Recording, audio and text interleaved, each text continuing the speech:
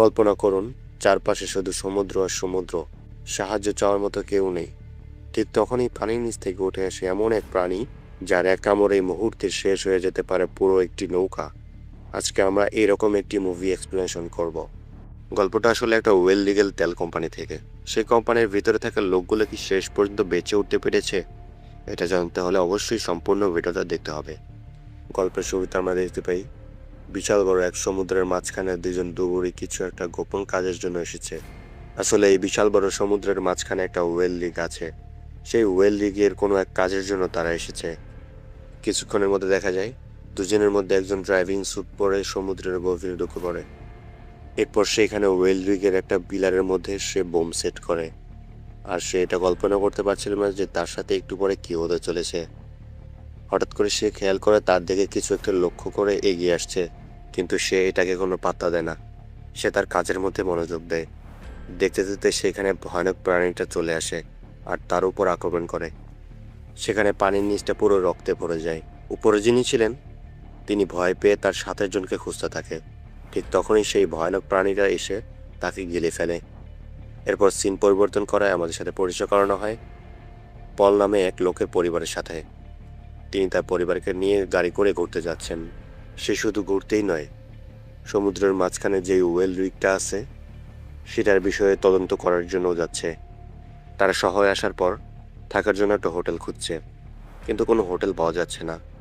তারা এটা লক্ষ্য করে শহরটা যেন পুরোই অদ্ভুত। এখানকার লোকের ব্যবহার, আচার আচরণ সবকিছু দেখতে পুরো অদ্ভুত। পল অবশ্যই আগে অনেকবার এসেছিলেন, কিন্তু তখনকার থেকে এখন অনেক পার্থক্য হয়ে গেছে। এরপর তারা অনেক কষ্ট করে সেখানকার এক স্থানীয় লোকের সাথে যোগাযোগ করে একটা হোটেল বুক করে নেয়। তখন আবার পলের বস তাকে কল করে আর তাকে বলে সে ওয়েল লিগের ব্যাপারে সে আজকে যেন ইনফরমেশন জানায়, আর আজকের মধ্যে সে যেন ফিরে যায় অফিসে। এই কাজটা করার জন্য তার মন না চাইলেও কিন্তু কি আর করার, বসের হুকুম। সেজন্য তার ওয়াইফকে সে বলে, তোমরা কিছুক্ষণের জন্য এখানে থাকো, আমি আমার কাজটা শেষ করে আসি, এরপর আজকের মধ্যে আমরা বাড়ি ফিরে যাব। এরপর পল সেখানে থাকা এক লোককে তার পরিবারকে দেখাশোনার জন্য দায়িত্ব দিয়ে যায়। এরপর পলকে দেখা যায় এটা বোট ভাড়া করে সে ওয়েল লিগের দিকে যেতে রওনা দেয়। তারা সেখানে যেতে না যেতেই মাঝপথেই সেই লোকটা বোট থামিয়ে দেয় আর তাকে বলে যে অন্য একটা বোটে করে যেতে, সে আর সামনে এগোতে পারবে না। আসলে সেই লোকটা জানতো সেই মনস্টারের ব্যাপারে, এই জন্য সে সামনে আর এগোতে চাচ্ছে না। এরপর পল সেই বোট থেকে নেমে অন্য একটা বোটে করে সামনে এগোতে থাকে। আর এরপর এদিকে দেখা যায় পলের ওয়াইফ একটা রেস্টুরেন্টের মধ্যে তার ছেলে মেয়েদেরকে সময় দিচ্ছিল। ঠিক তখনই কিছু গুন্ডারা তার বড় মেয়েকে ডিস্টার্ব করতেছিল, তার সাথে বাজে ব্যবহার করতেছিল। এটা দেখে পলের ওয়াইফ সেখানে থেকে একটা কাচের বোতল দিয়ে সেই গুন্ডার মাথায় একটা আঘাত করে। এরপর তার ছেলে মেয়েকে নিয়ে সেখান থেকে পালিয়ে আসে। আর এসে বাইরে দেখে তাদের যে গাড়ির টায়ারটা ছিল সেটা কেউ একজন আগেই পাঞ্চার বেঁধে দিয়েছিল। এর ফলে তারা সবাই মিলে দৌড়ে সমুদ্রের ধারে আসে আর সেখানে এক বোটম্যানকে টাকা দিয়ে বলে তার স্বামীর কাছে নিয়ে যেতে, মানে সেই ওয়েল লিগের কাছে নিয়ে যেতে। আর এদিকে দেখা যায় বল দেখতে দেখতে সে ওয়েল লিগের দিকে চলে এসেছে। জায়গাটা ছিল খুবই ভয়ানক, নীরবতা, চারিদিকে শুধু অন্ধকার। সে একটু ভয় পেলেও সামনে এগোতে থাকে আর সবাইকে লোকজনকে খুঁজতে থাকে। সে ভেতরে যাওয়ার পর কয়েকজনকে খুঁজতে থাকে, কিন্তু কাউরেই দেখা পায় না। ঠিক তখনই আচমকায় দুজন লোক তার উপর আক্রমণ করতে আসলে পল তার নিজের পরিচয় দেয়। এর ফলে তারা সবাই চিনতে পায়। পল তাদের জানায়, আমি ইনভেস্টিগেশনের জন্য এসেছি। এরপর তারা এই বিষয়ে কতক্ষণ কথা বলে। এরপর তারা একটা বোটের আওয়াজ শুনতে পায়। তারা বেরিয়ে দেখে পলের ওয়াইফ এবং তার ছেলেমেয়েরা এখানে চলে এসেছে। পলের বাচ্চারা এবং তার ছেলেমেয়েরা জানে না সে ভয়ানক মৃত্যুর কাছেই তারা চলে এসেছে। বোটের মধ্যে থাকা পলের ছেলে টনি সে পানির নিচে কালো ছায়া ভয়ানক একটা কিছু দেখতে পায়। পল এবং সেই ওয়েল লিগের মধ্যে যে দুজন লোক ছিল তারাও ওই ভয়ানক প্রাণীটাকে দেখতে পায়। আর সেই দুজন লোক পলের ফ্যামিলিকে বাঁচানোর জন্য সে ভয়ানক প্রাণীটাকে ডাকতে থাকে যেন তার মনোযোগ অন্যদিকে সরে আসে।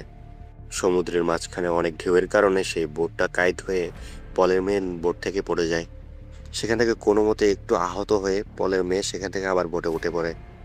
তারা কোনো মতে সেখান থেকে বেঁচে ওই লেকের মধ্যে পৌঁছে যায়, কিন্তু সেখানে বোটে থাকা লোকটা আর বেঁচে ফেরে না। কিছুক্ষণের মধ্যে তারা দেখতে পায় সে বোটম্যানকে তার বোট সহ টেনে নিয়ে যায় ভয়ানক প্রাণী। আর তারা এটা দেখতে পায় সে ভয়ানক প্রাণীটা পানি থেকে উপরে লাফ দিচ্ছে। এটা দেখে তো তারা সবাই হতবাক হয়ে যায়। পল এবং তার ফ্যামিলি কোনোভাবে এটা বিশ্বাস করতে পারছে না যে তারা একটু আগে কি দেখেছে। সেখানে থাকা দুজন লোক পলকে জানায় এই ওয়েল্ডিংয়ের মধ্যে যারা যারা এসেছে কেউ ফিরে যেতে পেরেছে, আবার কেউ ফিরে যেতে পারেনি। সে ভয়ানক প্রাণীর খাবার হয়েছে। এখানে না আছে রেডিও সিগন্যাল, না আছে কোনো নেটওয়ার্ক, না আছে কোনো স্যাটেলাইট সিস্টেম। আমরা জানি না এখান থেকে বাড়ি কিভাবে পৌঁছাবো। আমরা দুজন আগে থেকেই আটকে আছি, এর মধ্যে আপনারা এখানে আবার চলে এসেছেন। এরপর পল তাদেরকে জানায় আমার মাথায় একটা বুদ্ধি এসেছে। আমার ম্যাপ অনুযায়ী এই ওয়েল্ডিংয়ের নিচে একটা জেনারেটর রয়েছে। সেই জেনারেটর যদি আমরা চালু করতে পারি তাহলে আমরা রেডিও সিগন্যাল পাঠাতে পারবো। এর ফলে হয়তো আমরা বেঁচে যেতে পারি। এরপর সেই দুজন লোক পলের কথা মতো কাজ করতে থাকে। পানি নিচে যাওয়ার জন্য তারা কোনো কিছু একটা বানাতে থাকে যেটার সাহায্যে তারা পানি নিচে যেতে পারবে। এরপর আমরা চ্যাটের বর্ণনায় কিছু অভিশাপের কথা জানতে পারি। এটা আসলে ওয়েল কোম্পানির কিছু ভুলের কারণে এখানে একটা অভিশাপ লেগেছে, আর এই অভিশাপের কারণে সবাইকে সেই ভয়ানক প্রাণীটা মেরে ফেলছে। এরপর আমরা দেখতে পাই চ্যাট ও জুনিয়র মিলে একটা মেশিন বানিয়েছে যেটার সাহায্যে তারা পানির নিচে যেতে পারবে। এরপর তারা তিনজন মিলে এটার সাহায্যে পানির নিচে চলে যায়। তারা তিনজন ওয়েল রিগের নিচে যাওয়ার পর জায়গাটা ভালোভাবে দেখতে থাকে। আর দেখার পর তারা যখন চলে আসবে তখন তারা দেখতে পায় একটা পিলারের মধ্যে একটা বোম লাগানো আছে। এই বোমটা আসলে মুভির শুরুতে আমরা যে দুজনকে দেখেছিলাম তারাই লাগিয়েছিল। এটা কেন লাগিয়েছে আমরা তা পরেই জানতে পারবো। এরপর তারা দেখতে পায় বোমের টাইম হিসেবে মাত্র 2 ঘন্টা রয়েছে। 2 ঘন্টার মধ্যে যদি বোমটা সরাতে না পারে তাহলে এখানে ব্লাস্ট হয়ে সবাই মারা যাবে। ওদিকে দেখা যায় সেই ভয়ানক প্রাণী ব্ল্যাক ডিমন জুনিয়রের উপর হামলা করে বসে। জ্যাট এবং পল মিলে উপরে আসতে পারলেও জুনিয়রের আর রক্ষা হয় না। তার অর্ধেক দেহটা ব্ল্যাক ডেমনের পেটে চলে যায়। তারা উপরে আসার পর সবাই তো খুবই আতঙ্কের মধ্যে রয়েছে। যতই দিন যাচ্ছে ততই তাদের ভয়টা আরও বাড়ছে, কারণ তারা এমন এক জায়গায় এসেছে সেখান থেকে ফিরে যাওয়া খুবই অসম্ভব। যতই দিন যাচ্ছে ততই তাদের ভয়টা আরও বেড়ে উঠেছে। তারা ভেবে উঠতে পারছিল না তারা এখন কি করবে। এরপর আমরা দেখতে পাই পলের ওয়াইফ সে ওয়েল কোম্পানির একটা কাগজপত্র দেখতে পায়। সেই কাগজপত্রের মধ্যে এই ভয়ানক অভিশাপের কথাও লেখা ছিল, বিভিন্ন ভয়ানক তথ্য ছিল।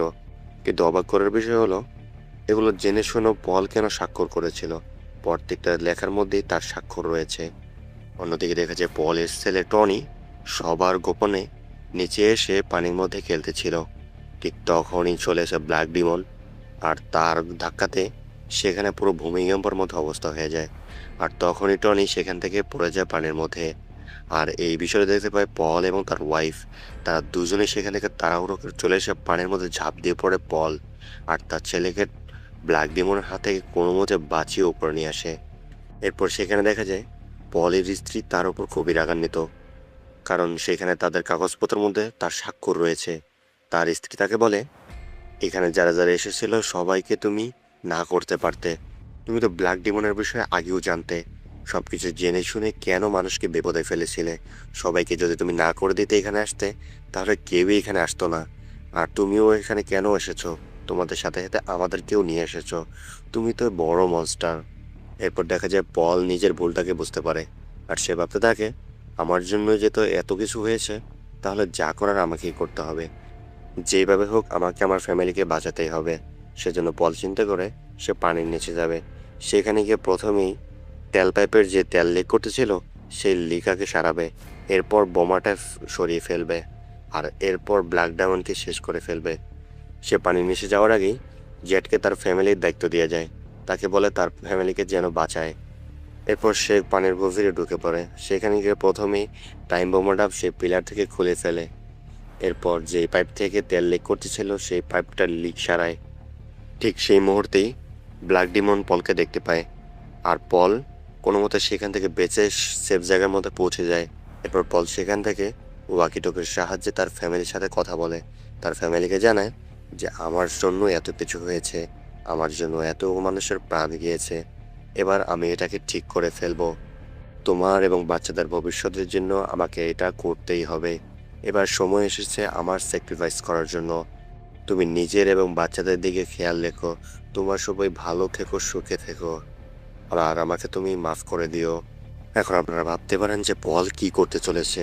আসলে পল যে প্রথমে যে টাইম বোমাটা খুলেছিল সেই টাইম বোমাটা ব্লাস্ট হতে মাত্র আর কয়েক মিনিট রয়েছে। এরপর পল সেই টাইম বোমাটাকে নিজের শরীরে জড়িয়ে নিয়ে সে নিজের চেয়ে সে ব্ল্যাক ডায়মন্ডের ভিতরে প্রবেশ করে, তার মুখের ভিতরে গিয়েই ব্লাস্ট। পল তার ফ্যামিলিকে বাঁচানোর জন্য নিজের প্রাণ দিয়ে দিল। এরপর দেখা যায় পলের ফ্যামিলিকে সেখানকার লোকজনেরা সেফভাবে বাড়ি ফিরিয়ে নিয়ে যায়। আর মুভিটা এখানেই শেষ হয়ে যায়। তো ভিডিওটা কেমন লাগলো অবশ্যই তুমি কমেন্টে জানিও। ভিডিওটি যদি অবশ্যই ভালো লাগে তাহলে চ্যানেলটি সাবস্ক্রাইব করে এই ভিডিওতে লাইক দিয়ে দিও। তো আজকের মতো আমি চলি, তোমাদের সাথে দেখা হবে নেক্সট কোনো পরবর্তী ভিডিওতে।